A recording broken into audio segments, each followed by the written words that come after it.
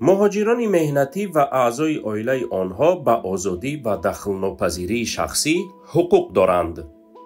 مهاجران مهنتی و اعضای عائله آنها به حمایه ثمره‌بخش دولت از زورآوری، جراحت‌های جسمانی، تهدید و ترساندن چی از طرف شخصان منصبدار دولتی و چی از طرف شخصان علاهیده، گروه‌ها یا مؤسسه‌ها حقوق دارند. همه گونه تفتیش شخصیت مهاجران مهنتی و اعضای عائله آنها از طرف شخصان منصبدار مقامات حفظ حقوق موافق رسمیات مقرر نموده قانون انجام داده می شود. مهاجران مهنتی و اعضای عائله آنها نباید تنها یا یک جایه با دیگران خودسرانه به حبس گرفته شوند یا در حبس نگاه داشته شوند. آنها نباید از آزادی محروم کرده شوند مگر از روی اساس و ترتیباتی که قانون مقرر کرده است. به مهاجران مهنتی و اعضای عائله آنها که به حبس گرفته می شوند از لحظه‌ای به حبس گرفتن به قدر امکان با زبانی که آنها می فهمند درباره سبب‌های به حبس گرفتنشان و به تأخیر درباره همه گونه عیبداری که نسبت آنها اعلان می شود خبر رسانیده می شود. مهاجران مهنتی و اعضای عائله آنها که با گمان صادر نمودن جنایت حبس و یا بازداشت می گردند بدون تأخیر به نزد سودیه یا دیگر شخصی منصبداری که از روی قانون وکالت حاکمیت سودی را دارد آورده شده به تفتیشات سودی در مهلت‌های عاقلانه یا به آزادشوی حقوق دارند. در حبس در انتظار بررسی سودی نگاه داشتن قاعده عمومی به شمار نرفته، آزاد کردن آنها می تواند با پیشنهاد کفالت حاضر شدن به سود، حاضر شدن به محاکمه سودی در همه دیگر مرحله های آن و در مورد ضرورت حاضر شدن برای اجرای حکم تأمین کرده می شود.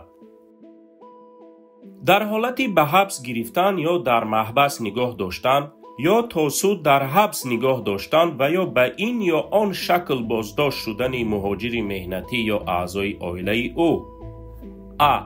به مؤسسه های کنسولی یا دیپلماتی دولتی اصلی او یا دولتی که از منفعت های این دولت نمایندگی می کند اگر او در این خصوص خواهش کند فوراً خبری به حبس گرفتن یا بازداشت شدن و سبب های آنها رسانیده می شود. شخصی دخلدار حقوق دارد که به مؤسسه های نامبرده تماس بگیرد. همه معلومات شخصان دخلدار که به مؤسسه های نامبرده فرستاده شدند فوراً به معلومات آنها رسانیده می شود و دستگیر شدگان نیز حقوق دارند که بدون تأخیر خبری به مؤسسه های نامبرده یا از آنها فرستاده را بگیرند. به شخصی دخلدار درباره این حقوق و حقوق هایی که از هر کدام شرطنامه های دخلدار برمی آیند اگر آنها در مناسبت بین دولت های دخلدار قابل تطبیق باشند در خصوص مکاتبه کردن و ملاقات کردن با نمایندگان مؤسسه های نامبرده و شرطنامه بستن با آنها دایر به نمایندگی کردن از حقوق های شخصی دخلدار فوراً خبر داده می شود.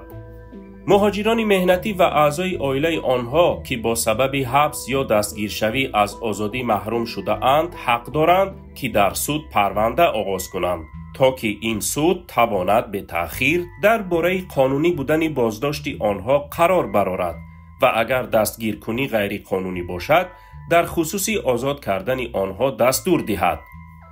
در مورد اشتراک آنها در چنین محاکمه آنها از خدمت ترجمان شفاهی در حالت ضرورت رایگان استفاده میبرند اگر آنها زبان استفاده شونده را نفهمند یا با آن گپ زده نتوانند. مهاجران مهنتی و اعضای عائله آنها که از حبس و بازداشت غیر قانونی جبر دیده اند درباره جبران حقوق دارند و با مجازات حقوقی تقویت داده می شوند. ماده 16 کنونسیون بین المللی آید به حمایه حقوق همه مهاجران مهنتی و اعضای عائله آنها